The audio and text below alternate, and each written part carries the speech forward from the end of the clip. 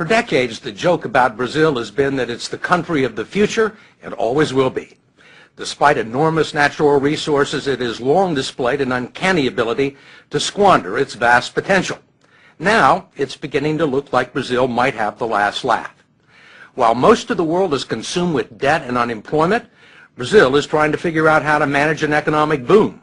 It was the last country to enter the Great Recession, the first to leave it, and is poised to overtake France and Britain as the world's fifth largest economy. Its outgoing president may be the most popular politician on the planet, and with the World Cup and the Olympics on the way, Brazil is about to make its grand entrance on the global stage. The story will continue in a moment.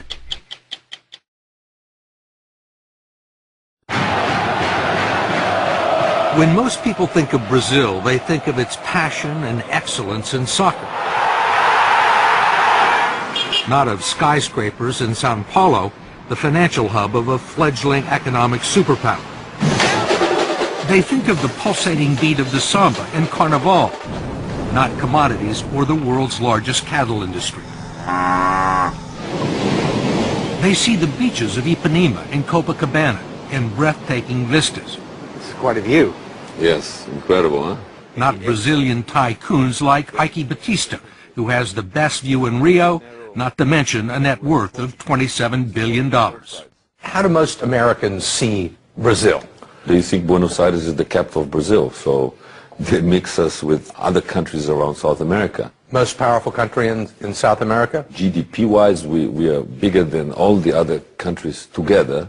And, you know, in the last 16 years, Brazil has put its act together. This is it. Hello, time for Americans to wake up. With most of the world's economies stagnant, Brazil's is growing at 7%, 3 times faster than America. It is a huge country, slightly larger than the continental U.S., with vast expanses of arable farmland, an abundance of natural resources, and 14% of the world's fresh water. 80% of its electricity comes from hydropower. It has the most sophisticated biofuels industry in the world, and for its size, the world's greenest economy. Brazil is already the largest producer of iron ore in the world and the world's leading exporter of beef, chicken, orange juice, sugar, coffee, and tobacco, much of it bound for China, which has replaced the U.S. as Brazil's leading trade partner. And Brazil has the size to match China's appetite. You have it's a big everything. dragon on the other side. You have everything they need. Yeah, we have, yes. You need a Brazil to basically fulfill the Chinese needs. Batista, who has interests in mining, transportation, and oil and gas, is building a huge superport complex north of Rio with Chinese investment that will accommodate the world's largest tankers and speed delivery of iron ore and other resources to Asia. But it's not just commodities that are driving the Brazilian boom. The country has a substantial manufacturing base and a large auto industry. Aviation giant Embraer is the world's third largest aircraft manufacturer behind Boeing and Airbus, and a main supplier of regional jets to the U.S. market. Ike Batista says the one thing that Brazil could use more of is skilled labor. We have to create more engineers. In my oil company, I'm importing Americans to weld our platforms. To weld the platforms? Yes, there's a lack of welders. We're walking into a phase of almost full employment. This country has created almost 1.5 million jobs this year already. It's unbelievable. Brazil has seen periods of prosperity before, only to have the bubbles burst. It spent billions in the 50s and 60s moving its capital to a barren savanna near the middle of the country where it built Brasilia, a futuristic city right out of the Jetsons. Then it borrowed billions more to develop the country's interior. Corruption and ineptitude eventually led to a financial collapse, 2,000% inflation, and at the time, the largest financial rescue package in the history of the International Monetary Fund. Then a few years later, this man walked into the president's office. President Luis Inácio Lula da Silva, known simply as Lula, is a former metal worker with a fourth-grade education and a doctorate in charisma. When he was elected 8 years ago on his fourth try, Lula was a firebrand labor leader with socialist tendencies. Some predicted another Hugo Chavez. But he's about to leave office with a 77% approval rating and much of the credit for turning the country around. We talked to him at the presidential residence in Brasilia. When you took office, there were many businessmen both in Brazil and abroad who were very nervous about you, who thought that you were a socialist and that you were going to take the country sharply to the left. Yet these people now are among your biggest supporters. How did that happen? Look, every once in a while I joke that a metal worker with a socialist background had to become president of Brazil to make capitalism work here. Because we were a capitalist society without capital.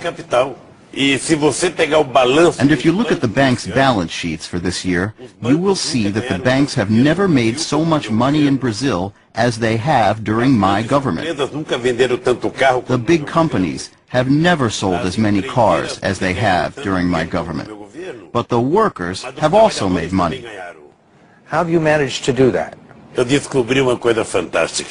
I have found out something amazing. The success of an elected official is in the art of doing what is obvious. It is what everyone knows needs to be done, but some insist on doing differently. One thing obvious to Lula was the social and economic chasm separating Brazil's rich and poor. He gave the poor families a monthly stipend of $115 just for sending their children to school and taking them to the doctors. The infusion of cash helped lift 21 million people out of poverty and into the lower middle class, creating an untapped market for first-time buyers of refrigerators and cars. But he was also far friendlier to business than anyone expected, encouraging growth and development and maintaining conservative fiscal policies and tight banking regulations that left Brazil unscathed by the world financial crisis. Lula was the right man at the right time, it seems. You have to admit it. You know, he's a kind of pop star. Eduardo Bueno is a colorful commentator and best-selling author of popular Brazilian history. What's his secret? He's streetwise, I guess you can say that. He knows people. He knows the feeling. He knows what they want. He knows how to deal with the rich. He charms President Obama. And he also charmed the international committees that awarded Brazil the 2016 Olympics and the World Cup of 2014, political victories that announced the country's arrival as an international player and will present some challenges for Brazil's next president. She is Dilma Rousseff, Lula's former chief of staff and his hand-picked successor, who was elected in October because he was ineligible for a third term. There are people that believe that once you were gone, Brazil may revert to its old ways. Will the momentum continue once you leave office at the end of the year? If there's something I am proud of, it is to have told my people that we are not second-class citizens, that we can get things done. We can believe in ourselves, and then people have started to believe. There are still some non-believers. Given its checkered record for living up to its promise, the rap against Brazil is that it lacks ambition. It's called the Brazilian way. Why do something today that you can pay someone to do the day after tomorrow? Brazilians put up with incredibly high taxes on almost everything, have a high tolerance for corruption, bureaucratic red tape, and according to Eduardo Bueno, harbor a secret love affair with incompetence. President Charles de Gaulle of France once said that Brazil is not a serious country. Do you believe that? Is Brazil a serious country now? It's not a serious country in several instances because they say that they're going to do something and then don't do something.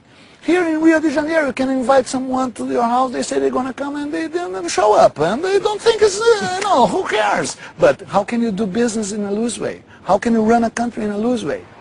While many in Brazil's cities lust for first world status, the third world is never far away. For decades, Brazil ignored the festering slums known as favelas, which wrap around Rio, overlooking some of the most valuable real estate in the city. They have been staging areas for street crime against tourists and safe havens for drug gangs so well armed that they brought down a police helicopter a few years ago with heavy machine gun fire. Finally, after years of looking the other way, the military police have begun to move in. In recent weeks, some parts of Rio have been a battle zone, with drug traffickers burning buses near some of the sports venues. But so far, the police have pacified 13 of the most dangerous favelas, and there are 27 more to go. This is a revolution. I myself did not believe this 3 years ago. There is a solution for slums all over Brazil. But there are also some massive problems with infrastructure. If the road to Brazil's future is long and wide, it is also jammed with traffic and filled with potholes. 90% of the roads in the country are still unpaved, and in the cities there's not much in the way of public transportation. And already there are major delays in the building and renovating of stadiums for the 2014 World Cup. FIFA, the World Soccer Organization, says Brazil is way behind in making preparations for the World Cup. Will the country be ready? Primeiro, nós precisamos tomar cuidado. Look, first, we need to be careful about European perfectionism, because everything that happens here in the South, they think they know better than us. Então, Well, the Europeans may put their minds at ease because we will organize the most extraordinary World Cup ever. que já foi feita. What they didn't make in 500 years, they want to make in 4, because the World Cup is going to be in Brazil. Do you think they'll be ready? No, I don't think it's going to be ready, especially because Brazilians don't mind to be late. You know, they think, just get a little late, what's the problem? They're going to be planting the grass while the ball was already rolling. Whatever happens in Brazil, no one will be able to blame it on a lack of money. That's because 150 miles off the coast lie what are believed to be the largest discoveries of oil found anywhere in the world in the past 35 years. Petrobras, the state-owned oil company, is preparing to drill 20,000 feet below the surface of the Atlantic to reach oil fields that sit underneath layers of salt beds. This oil story is $1 trillion story right in front of us here. What do the offshore oil discoveries do for Brazil? What do they mean for the country's future? Oh, it means, you know, we should be producing in excess of 6 million barrels a day. So it put us among the third, fourth largest producer in the world, massive exporter. President-elect Dilma joked that the oil discoveries were just the latest proof that God is Brazilian. An economist from Goldman Sachs, no less, had predicted that Brazil, along with Russia, China, and India, will dominate the world economy in the 21st century. If it happens, Brazil would be a different kind of superpower, one that would rather make love, not war. It has no nuclear arsenal, and aside from contributing a small number of troops to the Allied cause in 1944, Brazil hasn't fought a war since 1870.